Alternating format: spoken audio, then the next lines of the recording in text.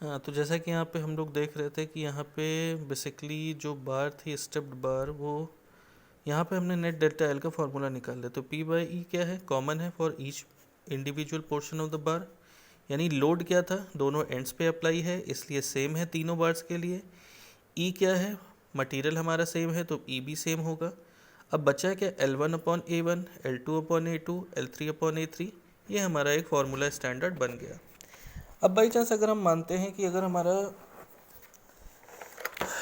हम ये माने, सपोज करते हैं कि मान लीजिए बार का तीनों मटेरियल भी डिफरेंट है, ये मान लीजिए स्टील का बना है, ये मान लीजिए कॉपर का बना है, ये मान लीजिए एल्युमिनियम का बना है, तीनों मटेरियल के लिए आपको ई की अलग अलग वैल्यूज़ दे रखी हैं। तो उस केस में हमारा कॉमन क्या हुआ, सिर्फ हमारा जो पी फोर्स जो लग रहा है एंड पे वही खाली सेम होगा, बाकी सब कुछ बदल गया। तो यहाँ पे मैंने मेंशन भी किया, if material is different the formula becomes क्या हो जाएगा, पी कॉमन किया L1/A1 into E1, L2/A2 into E2 plus L3/A3 into E3। तो ये एक बेसिक है जो आपको समझाने के लिए मैंने बताया हुआ। अब मेन चीज़ आती है कि अब कोई भी बार मेन, ये एक आपका डेरिवेशन है जो आपके एग्ज़ाम में जनरली पूछा जाता है या इस पे बेस्ड आपके न्यूमेरिकल्स आएंगे।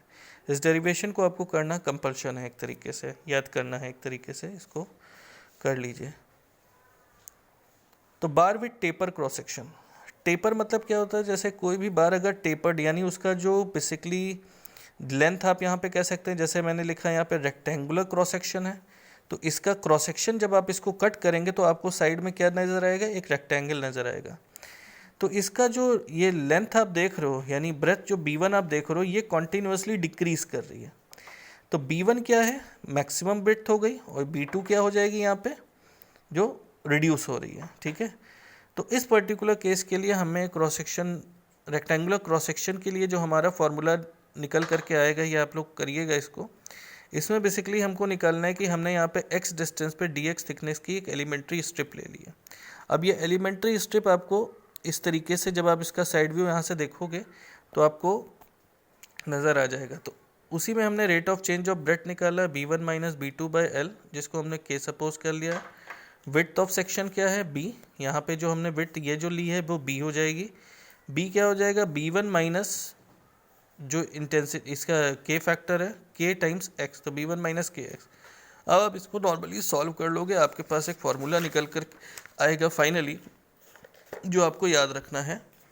डेल्टा L का formula for the taper bar of rectangular cross section क्या होता है, P L length of the bar upon T क्या है, thickness of the bar, E क्या है, मॉडुलस ऑफ इलास्टिसिटी जो भी है।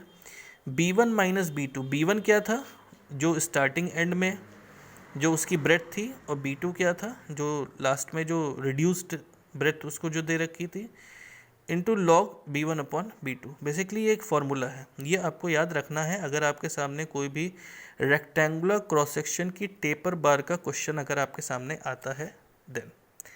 सिमिलरली वो तो रेक्टेंगुलर क्रॉस सेक्शन के लिए था। दूसरा डेरिवेशन जो बेसिकली होता है, सेम टाइप ऑफ डेरिवेशन है, लेकिन हमारे पास क्रॉस सेक्शन यहाँ पे क्या हो गया, सर्कुलर क्रॉस सेक्शन हो गया। यानी हमारे पास एक टेपर बार है जो सर्कुलरली रिड्यूस हो रही from diameter D1 to diameter D2। अब दोनों एंड्स पे हमने यहाँ पे P फोर्स अप्लाई किया हुआ, P फोर्स लगा करके हम इसको पूरा स्ट्रेच कर रहे हैं।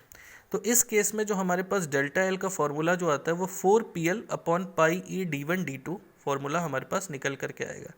जैसे अगर आप इसको देखिए, PL/A फॉर्मूला होता है, तो PL/A, A क्या हो गया, इस 4 को नीचे लाओगे तो π/4 हो जाएगा, और D1 D2, तो D1 D2 क्या है, इनके डायामीटर्स का मतलब प्रोडक्ट है।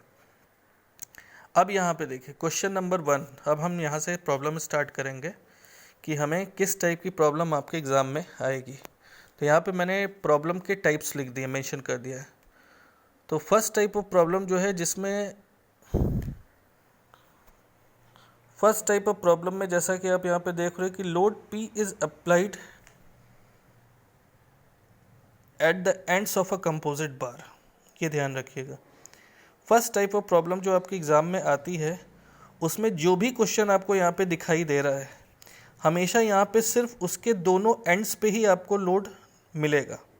ठीक है, जैसा कि क्वेश्चन आपसे कह रहा है the bar shown in figure at a load of 40 kilo Newton, यानी लोड मतलब पी की वैल्यू 40 किलो न्यूटन है, तो total extension is, total extension मतलब यानी पी फोर्स लगाने के बाद इस टोटल बार के अंदर जितना एक्सटेंशन प्रोड्यूस हुआ है, मतलब चेंज इन लेंथ जो प्रोड्यूस हुई है वो 0.280 mm है।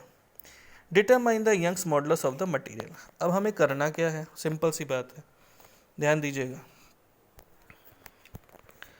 अब जैसा कि हम यहाँ पे देख रहे हैं कि ये एक कंपोजिट बार है। कंपोजिट बार मतलब एक पोर्शन ये है, एक मिडिल पोर्शन है और एक तीसरा पोर्शन ये है, ठीक है। हाँ, अब देखिए हमने तीनों पोर्शन के एफबीडीज को ड्रॉ कर लिया। तो जैसा कि हम यहाँ देख रहे हैं कि इसका डायमीटर 25 mm है, D3 का भी 25 mm है, इसकी भी लेंथ 150 है, इसकी भी लेंथ 150 है। तो हमने यहाँ पे इन दोनों के लिए एक ही डायग्राम को ड्रॉ किया है। अब दोनों मेंबर्स पे पी फोर्स आपको एज अ लोड मिलेगा।